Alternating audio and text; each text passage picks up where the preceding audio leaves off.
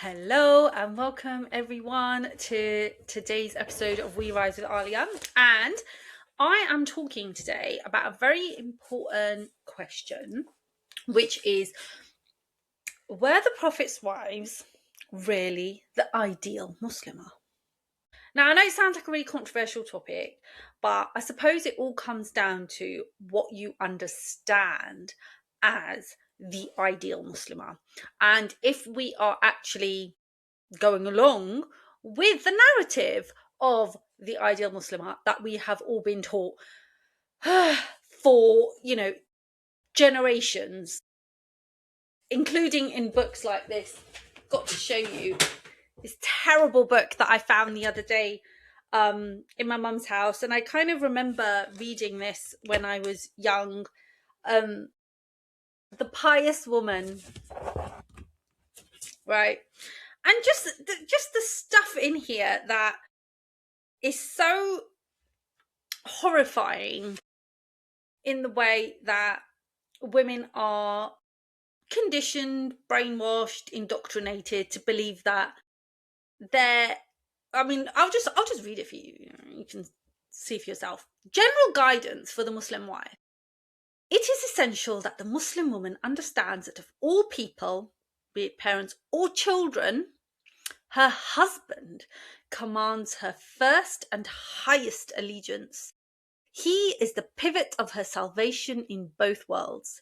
He is her ruler, guard, and guardian here on earth. And it continues. So yeah, the other thing that gets said in these kind of books consistently is that this idea of the pious woman, the good Muslim wife, is based on the example of the Prophet's own wives and how his wives behaved towards him, how their relationship was, and how he ran his household, essentially. So there's two questions here. Firstly, the question is, does Allah tell us that the Prophet's wives are our role models? And the second question is, who were they? Who is this example that we're meant to be following? If this is what our scholars have told us, can we find out a little bit more about them? Other than what the scholars would like us to believe, right? So the first question, and I'm not going to go too deeply into this because this is a whole other topic, right? But the first question is, were the Prophet's wives our role models? And clearly in the Quran, there is no evidence of this. In fact, there are two other women that we are told are our role models, and they were Asiya, the Pharaoh's wife, and Maryam, mother of Isa alayhi salam. And if anything, we are told that the Prophet's wives are not our role models in the sense of we are to emulate them, because Allah clearly tells us that they are not like other women. Allah speaks directly to the women and says, you are not like other women, and then gives a unique and specific set of rules or expectations for them. And I want to give a little bit of context to this the verse. I want to give a little bit of context to the verses that were revealed.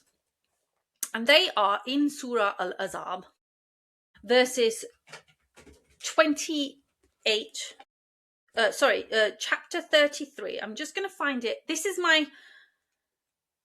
my original translation of the Quran that I have been reading since I was a teenager. It is a very traditional translation. Marmaduke Pickthall, everyone's got this, I'm assuming.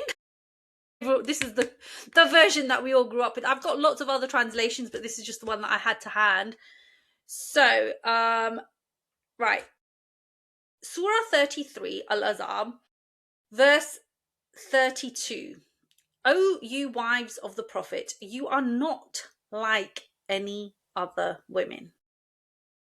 If you keep your duty to Allah, then be not soft of speech. Let he in his whose heart is a desire aspire to you, but utter customary speech. I mean, the language is a little bit difficult, right? But really, there are a few other verses either side of this which are really, really important. So it really starts from verse 28. Prophet, say to your wives, if you desire the world's life and its adornment, come, I will content you and will release you with a fair release. 29. But if you desire Allah and his messenger and the abode of the hereafter, then Allah has prepared the good among you in an immense reward. 30. O you wives of the Prophet, whoever of you commits manifest lewdness, the punishment for her will be doubled, and that is easy for Allah. 31. And whoever of you is submissive to Allah and his messenger and does right, we shall give her reward twice over, and we have prepared for her a rich provision. 32. O you wives of the Prophet, you are not like any other women. If you keep your duty to Allah, then be not soft of speech, lest he in whose heart is a disease aspire to you, but utter customary speech. And finally, 33. And stay in your houses. Ornament not yourselves with ornaments of the time of arrogance, but be regular in prayer and pay the poor due and obey Allah and his messenger. Allah's wish is but to remove I really don't like this translation. Allah's wish is but to remove uncleanness far from you, O people of the household, and cleanse you with the thorough cleansing. Okay, right. So I am going to explain a little bit about what these verses mean. But the most important thing for you to take away from this, right, is the context of what was happening. I'm not going to go deeply into the tafsir of them. What I want to do is give you the background to which these verses were revealed. So what had happened was that there was a time in the development of the Muslim community where the Prophet's household was going through a bit of a rough patch, right? So there was discord and strife in the relationships. There was tension, financial issues, demands, requests being made, not met. You know, the wives were all up in a bit of a tizzy about things. It was a really hard time for them, for the Prophet, and for the community in general. And in response to that, these verses were revealed. And basically the gist of it is that Allah is explaining to the Prophet's wives what will be expected of them going forward, right? It's going to be hard. There's going to be more scrutiny on you. There's going to be more restrictions. You're going to be held to a higher standard than other women. But guess what? You don't have to accept it. The choice is yours. And this is what is so important and what I think people just completely miss about these verses. Allah is clearly saying, and neutrally, there's no judgment on the women for not accepting the terms of the changes that were going to be imposed on them, right? So things have been gradually getting more and more difficult. It all comes to a head, and then Allah speaks directly to the women and says, look, you have a choice. You can stay with the Prophet and you can accept these more stringent expectations and harsher consequences and punishments, greater reward as well, but harsher punishments if you stray. And also financially, you know, this is not what you're in it for. If you want the outside world with all its wealth and pleasures, you can. That's absolutely your choice. You want to stay with the Prophet and deal with these things, then that is also open to you, but the choice is yours. And I think this is what is really, really important, because Allah actually is showing what justice looks like in a relationship. You have transparency, like clear expectations, then you have choice. Say yes, no, and then that equals justice. That is what fairness actually is. It's fair. You know what you're agreeing to or disagreeing to. Yeah. And then Allah, says that if you want a different kind of life, and you are allowed to leave with dignity and provision as well. So the Prophet would have provided for them fairly and let them go with honor and their dignity intact. And there would be no judgment on them for saying, you know what, this is not what I signed up for. This is a bit much for me. I think I'm out. And they were actually they were able to make an informed choice about whether they wanted to stay in that marriage and that situation or not, right? No hard feelings. Okay. And they were certainly not told that they were bad for wanting their freedom back. Yeah, because that was their right. But then if you think about today's expectations of women in marriages, yeah, so many women are made to feel bad and ungrateful or impatient or even immoral and sinful if they want to leave a marriage because the circumstances have changed and because what is being asked of them is different to what they originally thought they were signing up for, right? So when the conditions under which they made the marriage contract, and the thing is, that is what marriage is in Islam. Yeah, it is a contract between two people. It's an agreement between two parties. Okay, so even in business, right, we see this.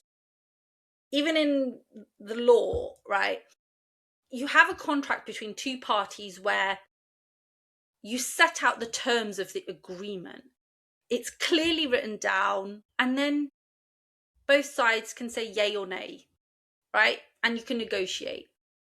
And that is what marriage is actually about, right? So you sign this contract, and even say, for example, so even in coaching relationships, yeah, I sometimes have to go back and recontract. If I'm working with a client one-to-one and a few months down the line, we're actually working on a whole new set of goals or a different topic, then we may need to go back and recontract and say, okay, let's go back and look at what we both expect from each other on this. Okay, so, and this is exactly what Allah does with the Prophet's wives. It's like a recontracting moment. That's how I see it. We need to get consent again because the terms have changed.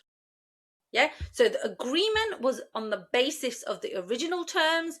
The terms change. You need to get consent again. Okay, so what I'm interested in is to know, what do you think, what does this tell us about the concept of justice and fairness in Islam, right? It basically says you can't change the goalposts midway through any kind of relationship or contract that you have with someone, right? We all know how annoying it is, right? When you have a boss and you're at work and they change the goalposts and they say, so you had an agreement, okay, you've got to do this project, you've got this deadline, and then suddenly that you get an email saying, oh, actually, you need to send that report by Friday, not by 2 weeks time, and it also needs to include this, that, and the other. Like, that's not what we agreed on. I've planned everything now, and we know how that feels. It's annoying, it's frustrating, and you feel like it's unfair because it is unfair. That's not fair. You're within your rights to complain if you want to. Yeah, let me give you another example, and I think this one will hit home for a lot of you. Okay, so let's say a guy comes to a girl with an engagement proposal, right? They're engaged and he's proposed to her, and I want you to think of that word as well, proposal. What is a proposal? Think of it in a work context as well. Yeah, you propose a project proposal, you propose something, it's an idea. You say, this is my pitch, essentially. This is what I'm willing to offer. This is what you get from it. And then the other person has got a right to reject or accept that proposal. Yeah, or make changes to the conditions. That's what a marriage proposal is as well, right? So imagine a guy comes, say a woman accepts the proposal because he has said to her, look, in the beginning, we might need to live with my mum and dad for about 6 months to a year. Yeah, because, cultural expectations, just to keep them happy for a bit. And then we'll save up for a mortgage, and we'll save up for a deposit, and we'll get a mortgage and all the rest of it. Yeah. And then we'll do, but it will only be like 6 months a year. Promise. And the girl goes, okay, I could live with that. That's okay. I wouldn't do it for longer, but as long as it's going to be like maximum a year, yeah, that's cool. I can do that. And then what actually happens, and he also says to her, and you know what, you won't be expected to do like the typical daughter-in-law duties and things, and you'll have your freedom and you'll have your independence, and nothing will change on that front. You can carry on living your life, and it's just a temporary situation anyway. Okay. Yeah. She agrees. Yeah, she accepts the proposal. But what happens is that as soon as she gets married, that's not reality at all. She has all these expectations from her in-laws, who do want her to basically be like a living maid, and she has to ask for permission for everything. She does lose her freedom, her independence, her autonomy, her privacy. Yeah. And then on top of it, they haven't moved out in a year. She's there 5 years later, 2 kids down the line, still living there, and no light at the end of the tunnel because it hasn't happened for whatever reason. And wait, I'm just going to take a sip of water. I know so many women in this situation, by the way. It's crazy. And the thing is that if she complains, she gets frustrated, she gets annoyed or angry, or just says, this is ridiculous, like, why are we still in this situation? She gets told that she's being impatient, unreasonable. She's got unrealistic expectations. Even though those expectations were set up by her husband in the first place. He's the one that gave her those expectations and then changed the goalpost, pulled the rug out from under her, all the rest of it, yeah? So is that fair? I think we know that's not fair, right? That's not a fair situation. And now knowing what we know about how Allah approached the Prophet's wives when the conditions of their marriages changed significantly, and he actually said to them, you know what, if you're not happy, because this isn't what you signed up for, fair enough. No one knew what they were signing up for at the time. How did they know, right? There's no way that, it's not like they were deceived. It's just that that's the way things unfolded. Even so, they were given a choice to leave with dignity, no blame. Okay? And the reason for that is because a woman's agreement is a fundamental condition for the marriage to be valid. Yeah, without consent, there is no validity to the marriage in Islam. Woman's consent is a fundamental tenet because women are not property, and they, unlike times of before, when women were just treated as property or like children who just went along with what their master wanted, women were actually given a choice, and the validity of the marriage was dependent on their consent. So these verses go to show that consent is not just for the beginning of the marriage, but actually during the marriage as well. That a woman can withdraw her consent if the terms of the marriage change very significantly, and she no longer accepts them. So aside from that, these verses also show something else. They show that the Prophet's wives were not our role models, in the sense that the expectations put on them were the same as expectations of all other Muslim women, either at the time or after, because Allah clearly says to them, you are not like other women. The expectations of you are higher, the consequences for you are worse. It's a whole different ball game. So how can Muslim women be held up to a standard that is so out of the ordinary that Allah actually gave the woman an opportunity to walk away from it? Just think about that. The other thing to think about, and this really made me think, right? Not only were these circumstances so out of the ordinary that the women had that choice, but also the wives themselves did not live up to those conditions in their lifetimes. So actually, the wives of the Prophet did not always abide by those very strict rules because they found it so hard and so restrictive. The specifically about the seclusion, right? That they broke those rules. Not all of them. One of the Prophet's wives saw that she didn't. She never left the house afterwards. But the Prophet's wives, the rest of them, they did, because it was too hard. It was just too hard. So hang on a minute. So what we're saying is, women need to live up to the example of the Prophet's wives, even though the Prophet's wives did not live up to those expectations themselves. Crazy, right? We just bring it back to our current day examples of marriage, where we have men who feel like it is their right to expect their wives to just go along with their plan, with wherever they want to live or move, or whatever ideas they have, that a woman just needs to go along with it.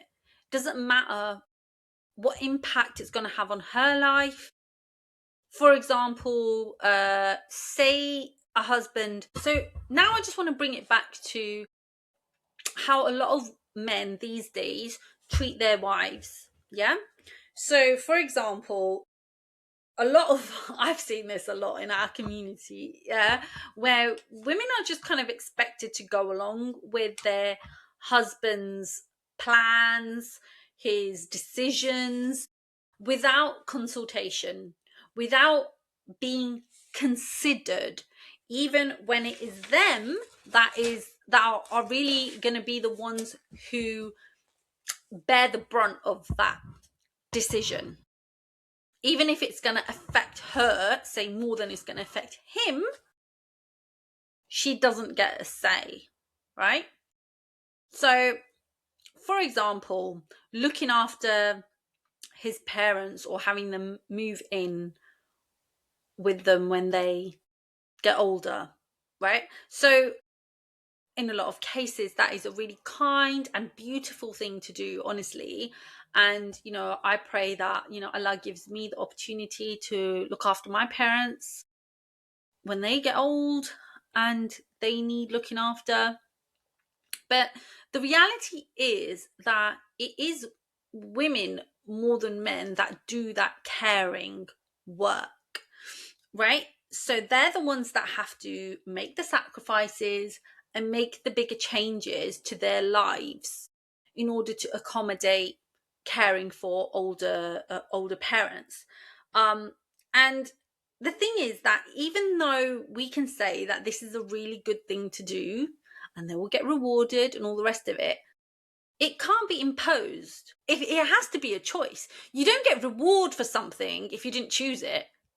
Do you know what I mean? How are you rewarded for something if you didn't choose it? If someone makes you a slave, are you rewarded for all the work that you do while you're a slave? No, because you're forced to do it. Like, you haven't got choice in it. You're not making it consciously. From these verses, we can understand that when a decision needs to be made within a household, it cannot be just imposed like an edict from above. Even Allah did not impose these conditions on the Prophet's wives. They had a choice. I don't know how many times I need to say this. I know I'm probably repeating myself a lot, but actually it's, when you think about it, it's huge, because we are told so much that have patience, have sabr, go along with whatever. It doesn't matter how hard life gets. It doesn't matter how many sacrifices you have to make. Just suck it up. Deal with it for the sake of Allah himself gave the Prophet's wives a choice. And it wasn't like some sort of ultimatum. It wasn't like a, oh, well, leave then and see what happens. No, it was like, you will be released with dignity and with some fair provision. No judgment, no shame. How often do we see that today? We don't, do we? So I think this is something that we need to speak to our young people about as well when they're getting married. Like, how will you deal with important conversations around changing expectations and changing circumstances in your life? Because when you are married for a really long time, stuff happens. Yeah, life happens. You go through tough times. How are you going to deal with it? Are you going to deal with it through mutual consultation? Does everybody get a say in the situation? Will the impact on the wife be acknowledged? Or, yeah, just how are you gonna have these conversations? I don't really think, I mean, it's hard for young people to have these, they don't really think about that. I mean, I definitely didn't have these conversations when I was younger, and I don't think I could have, to be honest. I was 21, you know, and I did what was expected of me, and I did go along with absolutely everything that I was expected to go along with, you know. But eventually you get to a point where you're like, actually, no, I don't want this anymore. I don't want this anymore. And I actually think this is a beautiful example of how fair Islam actually is to women. And it is men that conveniently ignore the guidance and the example of the Prophet and how he dealt with his own wives, and how there is this double standard of how we are expected to live up to this unattainable ideal of the mothers of the believers without having any say in the matter. And if we fall short of that, we are just terrible, terrible women. I mean, yeah. Anyway, so I hope that's given you some food for thought.